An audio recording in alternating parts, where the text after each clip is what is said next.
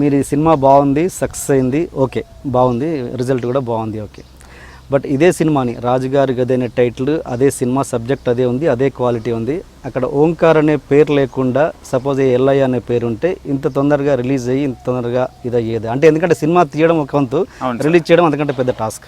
ఇక్కడ ఓంకార్ ప్లేస్లో ఇంకో పేరు ఉంటే, సపోజ్ కొత్త ఎల్ఐ పేరు ఉంటే ఇంత రిలీజ్ అయ్యేదా? అవ్వదు సార్, 100% అవ్వదు. మరి ఇలా కొత్త వాళ్ళని ఎలా, ఎంత మంచి టెక్నీషియన్స్ ఎలా బయటకు వచ్చేది? టెక్నీషియన్స్ వస్తారు సార్.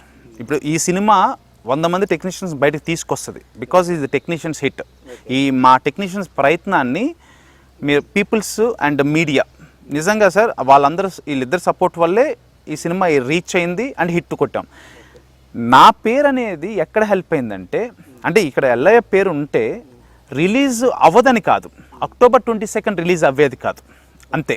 కానీ 100% ఇది డిసెంబర్ కన్నా రిలీజ్ అవ్వచ్చు, అది ఎల్ఐ పేరుతో ఉన్నా, లేకపోతే జనవరిలో రిలీజ్ అవ్వచ్చు, 2016లో ఎనీ డేట్ సినిమాలే లేవు అన్న టైంలో ఉన్నా రిలీజ్ అవుద్ది. బట్ సేమ్ హిట్ అవుతుంది, హిట్ అయితే అవుతుంది సార్. ఎల్ఐ తీసినా పుల్లై తీసినా ఎవరు తీసినా ఈ సినిమా హిట్ అంతే. ఇదే కంటెంట్ తీసి పేరు మీ పేరున్నా ఎవరి పేరున్నా, కానీ రిలీజ్ 22 అయ్యేది కాదు అంతే. అదొక్కటే. ఈ 22 అవటానికి కారణం ఏంటంటే, నాకున్న ఈ 10 ఏళ్ళు నా కష్టం, నా టీవీ రంగంలో నేను కష్టము, నా యొక్క కాంటాక్ట్స్ ఈ సినిమాని బయటికి తీసుకురాగలిగింది. సపోర్ట్ మీకు హెల్ప్ అయింది. ఇప్పుడు వినాయక్ గారు రిలీజ్ చేయడం కావచ్చు, జెమినీ కిరణ్ గారు, చోటా గారు, అంటే ఫస్ట్ అంటే ఆ మంచి మనసుతో నేను చేసిన ప్రయత్నాన్ని వాళ్ళు ఫస్ట్ లాంచింగ్ దగ్గర నుంచి ఒక పాజిటివ్ వైబ్రేషన్ వచ్చింది సార్. అండ్ అలాగే నేను మీడియాలో పుట్టిన వాడిని సార్. మీలాగే నేను కూడా ఒక నార్మల్ యాంకర్గా ఎదిగి బయటకు వచ్చిన వాడిని. ప్రతి ఒక్క మీడియా పర్సన్ కూడా ఓంకార్ అనేవాడు మనవాడు, తను కష్టపడ్డాడు జెన్యూన్గా ఫీల్ అయ్యారు సార్. ఎందుకంటే ఆ క్వాలిటీని చూసి, ఇప్పుడు క్వాలిటీ లేకపోతే ఎవరు కూడా అబద్ధాన్ని నిజానికి రాస్తారని కాదు, ఓంకార్ తీసాడా, ఇది మన ఓంకార్ తీసాడా అనేది అయితే వచ్చింది సార్.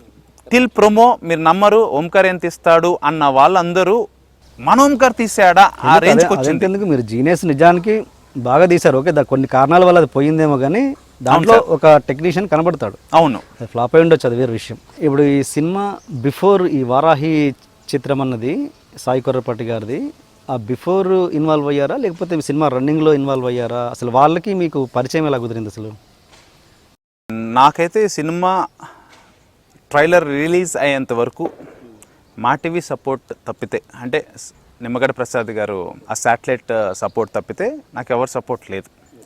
ఇండస్ట్రీలో నాకు ఎవరు తెలియదు కూడా, చాలా తక్కువ మందితో పరిచయం సార్. సో చాలా తక్కువ మందితో పరిచయం అనుకోని బిగినింగ్ టీజర్ ఒక ఇండస్ట్రీ అంతా తీసారు. లేదు, అంటే పర్సనల్గా చాలా తక్కువ మంది సార్. నేను అందరింట్లో కనబడతాను కాబట్టి నా మీద ఒక గుడ్ కార్నర్, అంటే గుడ్ విల్ ఉండటం వల్ల ఆ తమ్ముడు క్రెడిట్ సార్. తమ్ముడు అశ్విన్ బాబు ఎవరైతే ఉన్నారో, ఇలా చేద్దామని నేను చెప్పిన తర్వాత అశ్విన్ కాంటాక్ట్ సార్. అదంతా పాపం వాడే కష్టపడ్డాడు, ప్రతి ఒక్కరి దగ్గరికి వెళ్ళారు, ప్రతి ఒక్కరిని అడిగారు. So total credit goes to Ashwin, అది వాడి కష్టమే అది. సో ఆ టీజర్ అందుకే చేశాను. ఈ సినిమాకి ఎవరు లేరు, ఈ సినిమా ఎందుకు కొనాలి, జనం అసలు ఎలా రిలీజ్ చేయాలి నాకా తెలియదు, ఎటువంటి సపోర్ట్ లేదు, థియేటర్స్ దొరకడం చాలా కష్టం, ఓన్ రిలీజ్ చేయాలంటే చాలా కష్టం కదా సార్. సినిమా తీయటం ఎంత కష్టమో దాన్ని రిలీజ్ చేయడం డబల్ కష్టం. 150 సినిమాలు పైన ఉన్నాయి సార్, సెన్సార్ అయిపోయి రెడీగా ఉన్నాయి ల్యాబ్లో. అలాంటిది నాది 151 కింద లెక్క. అది మొదటికి రావాలంటే ఏదో ఒకటి నేను చెయ్యాలన్న ఆలోచనతో పుట్టిందే వాట్ ఈజ్ రాజు గారి కదా వైరల్ వీడియో. ఎప్పుడైతే వైరల్ వీడియో చేశానో దానికి ఒక క్రేజ్ స్టార్ట్ అయిపోయింది సార్. అసలు అంటే లాస్ట్లో వెంకటేష్ గారు తెలుసుకోవాలందా, September 17th వరకు వెయిట్ చేయండి అని చెప్తారు. అంటే అందరూ మీడియా, పబ్లిక్, ఇండస్ట్రీయే వెయిట్ చేస్తుంది ఏంటి రాజు గారు కదా అని. నేను టీజర్ రిలీజ్ చేద్దాం అనుకున్నా ఆ రోజు. కానీ ఎప్పుడైతే ఇంత క్రేజ్ వచ్చేసిందో ఓవర్ నైట్ ఒక డెసిషన్ మార్చాను సార్. నా దగ్గర టీజర్ ఉంది, తర్వాత ఒక 10 daysలో ఆడియో ఫంక్షన్ చేద్దాం అని చెప్పి థియేట్రికల్ ట్రైలర్ కూడా ముందే రెడీ చేసి పెట్టుకున్నాను. అన్నీ రెడీ, నాది సెన్సార్ అయిపోయి అంతా.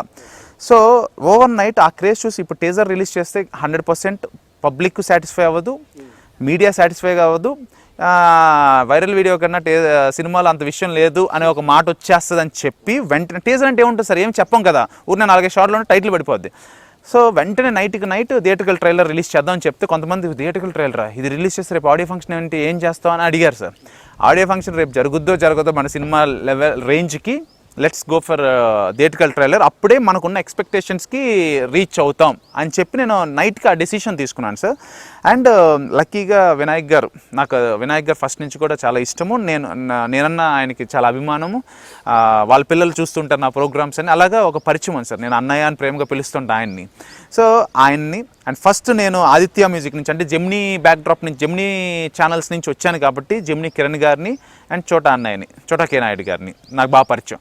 సో వీళ్ళు ముగ్గురు చేతుల మీదుగా రిలీజ్ చేపిద్దాం అని చెప్పి వాళ్ళని ఇన్వైట్ చేశాం. ఒకరు వాళ్ళ ద్వారా ఆ రోజు వినాయక చవితి రోజు నాడు వినాయక్ గారి చేతుల మీదుగా థియేట్రికల్ ట్రైలర్ లాంచ్ అయింది. ఎప్పుడైతే థియేట్రికల్ ట్రైలర్ లాంచ్ అయిందో మీరు నమ్మరు సార్, నైట్కి నైట్ మారిపోయింది, ఈక్వేషన్స్ మారిపోయింది. రాజుగారి గది అంటే ఏంటనేది ప్రపంచానికి చేరిపోయింది. అండ్ ఫస్ట్ థ్యాంక్స్ చెప్పాల్సింది మీడియా వన్స్ అగైన్. ఎందుకంటే మీలాంటి వాళ్ళు కావచ్చు, వెబ్సైట్స్ ప్రతి ఒక్కరు రాస్తారు, నెగిటివ్ ఎంత రాస్తారో పాజిటివ్ కూడా అంతే రాస్తారు. ఆ పాజిటివిటీని, అంటే ఓంకార్ ఏం చేస్తాడులే అనుకున్న క్రిటిక్స్ను కూడా ఇంప్రెస్ చేయగలిగాడు విత్ హిస్ ట్రైలర్ అని అందరూ చాలా బాగా రాశారు సార్, సపోర్ట్ చేశారు చిన్న సినిమాని. అది అందరికీ రీచ్ అయిపోయింది.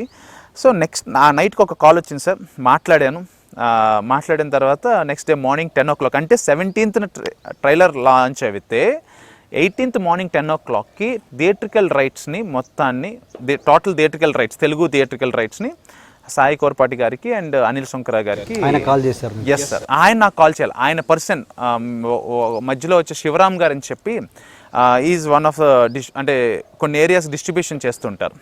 సో ఆయన వచ్చారన్నమాట నా దగ్గరికి, ఇక్కడికే ఇప్పుడు మీరు ఎక్కడైతే ఇంటర్వ్యూ చేస్తున్నారో ఈ లొకేషన్కి వచ్చారు ఆయన. సో వచ్చిన తర్వాత నేను అన్నాను, సార్ నేను ఏరియాస్ వైజ్ అమ్మటం నాకు ఇష్టం లేదు. ఆయన కొన్ని ఏంటంటే వైజాగ్, ఈస్ట్, విజయవాడ, ఇట్లాగా వెస్ట్, ఇట్లా కొన్ని 4-5 ఏరియాస్ తీసుకుందాం అని వచ్చారు ట్రైలర్ నచ్చి. సార్ నాకు ఏరియాస్ కాదు సార్, నాకు అలా బిజినెస్ చేద్దాం ఇష్టం లేదు, మీరు తక్కువైనా పర్వాలేదు మొత్తం ఇచ్చేస్తాను, నాకు అనిల్ సుంకర గారిని సాయి కోరపాటి గారిని కల్పించండి, వాళ్ళకి ఇష్టమైతే మొత్తం ఇచ్చేస్తాను అన్నాను. అనిల్ శంకర్ గారు వచ్చేసి ఏక్ ఎంటర్టైన్మెంట్ సార్, మళ్ళీ ఈయన వచ్చేసి వాళ్ళిద్దరి తరఫున వచ్చారు నా దగ్గరికి. ఫస్ట్ డైరెక్ట్ గా వాళ్ళు నన్ను కలవకుండా ఈయన వచ్చారు. అసలు నేను నా మైండ్ ఏంటి, నేను అనిల్ శంకర్ గారికి సాయి కోరపాటి గారికి ఏంటి లింక్ దీంట్లో అంటున్నాను. అంటే ఇప్పుడు అనిల్ శంకర్ గారు వచ్చేసి 2 ఏరియాస్ బాగా గ్రిప్ ఉంటుంది సార్ బిజినెస్ లో, డిస్ట్రిబ్యూషన్ లో. ఒక్కొక్కరికి ఇప్పుడు సాయి కోరపాటి గారికి వచ్చి రాయలసీమ, విజయవాడలో ఆఫీస్ ఉంటుంది, వాళ్ళకి ఒక డిస్ట్రిబ్యూషన్ అట్లా. సో అలాగే ఇద్దరికి చెరుకు 2 ఏరియాస్ అన్నట్టుగా ఈయన వచ్చారనమాట. సో నా దగ్గరికి వస్తే నేను 2 ఏరియాస్ కాదు మొత్తం ఇచ్చేస్తాను, వీళ్ళిద్దరికి థియేట్రికల్ రైట్స్ మొత్తం ఇస్తాను, నాకు మీటింగ్ కల్పించండి అన్నాను. నా ముందే కాల్ చేశారు, సార్ మొత్తం ఇద్దాం అనుకుంటున్నారు అంటే, నాకు వాళ్ళ బ్యానర్ లోగోస్ కావాలి సార్, వాళ్ళ సపోర్ట్ ఉంటే నేను ఇచ్చేస్తానని చెప్పాను. వెళ్ళటం జరిగింది. 10 o'clock sir, next day morning 9:30 meeting, 10 o'clock కల్లా క్లోజ్. హాఫ్ అన్ అవర్లో డీల్ అయిపోయింది. నేను ఒకటే చెప్పాను సార్, నాకు ఇండస్ట్రీలో ఎవరు లేరండి, మీరు గనక ఈ సినిమా నచ్చింది అని చెప్పారు కాబట్టి నాకు డబ్బు కూడా ఎక్కువ అక్కర్లేదు సార్, చాలా తక్కువలో అయిపోయింది సినిమా, నాకు మీ బ్యానర్స్ కావాలంతే, మీరు సపోర్ట్ చేయండి, లైఫ్ లాంగ్ నేను మిమ్మల్ని మర్చిపోను. ఎందుకంటే సార్ వాళ్ళేమి చిన్నవాళ్ళు కాదు, ఈగా ప్రొడ్యూస్ చేసిన వారాహి చలనచిత్రం అది. అని అనిల్ శంకర గారు ఏక్ ఎంటర్టైన్మెంట్ ఓపెనింగ్స్ వచ్చాయంటే అది 100% అది. సో ఎప్పుడైతే వాళ్ళు అలా అడిగినంత మాత్రం ఇవ్వాలని లేదు, వాళ్ళు ప్రతి సినిమా చేస్తారు, రిలీజ్ అయ్యే 10 సినిమాల్లో 7-8 వాళ్ళు డిస్ట్రిబ్యూషన్ చేస్తుంటారు. బట్ నాకు ఇవ్వటం అనేది నిజంగా ఆ దేవుడే సార్, అలా కల్పించాడు, అన్నీ తీసుకువెళ్ళి ఇదిగో అన్ని పరిచయం చేశారు సార్. అంటే సంకల్పం గొప్పదైతే అట్లా నా చుట్టూ త్రిమూర్తుల్లాగా ఉన్నారు సార్. ఒకరు వచ్చేసి నిమ్మగడ్డ ప్రసాద్ గారు, సాయి కోరపాటి గారు, అనిల్ శంకర్ గారు. ఏమీ లేని ఓంకార్ ఈరోజు ఇండస్ట్రీలో ఈ ముగ్గురు సపోర్ట్ వల్ల ఈ సినిమా రిలీజ్ అయింది, ఈ సినిమా ఈ పొజిషన్కి వచ్చింది, నేను ఈరోజు సక్సెస్ని చూస్తున్నాను.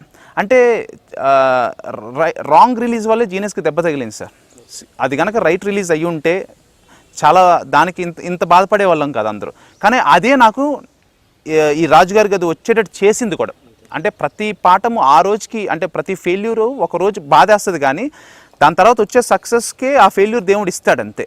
సో దాంట్లోంచి నేను నేర్చుకున్న పాఠాలన్నీ కరెక్ట్ చేసుకోవడం వల్లే రాజుగారి గది. ఈ సినిమాకు ముందు ఎందుకు ఈ బడ్జెట్లో చేశానో మీకు చెప్పాలి. జీనియస్ నా ఫస్ట్ మూవీ, అందులో 6 crores ఫినిష్ చేద్దామని స్టార్ట్ చేశాను సార్, కానీ అది 10 crores క్రాస్ అయిపోయింది. వై? బికాజ్ చిన్ని గారు the great, one of the top writer, ఆయనకి అది ఇచ్చేసరికి ఏంటంటే ఎవరైనా ఫస్ట్ టైం ఎక్స్ట్రార్డినరీ బాగా చేయాలి, ఆయన ప్రీవియస్ మూవీస్కి ఏమీ తగ్గకుండా చేయాలని.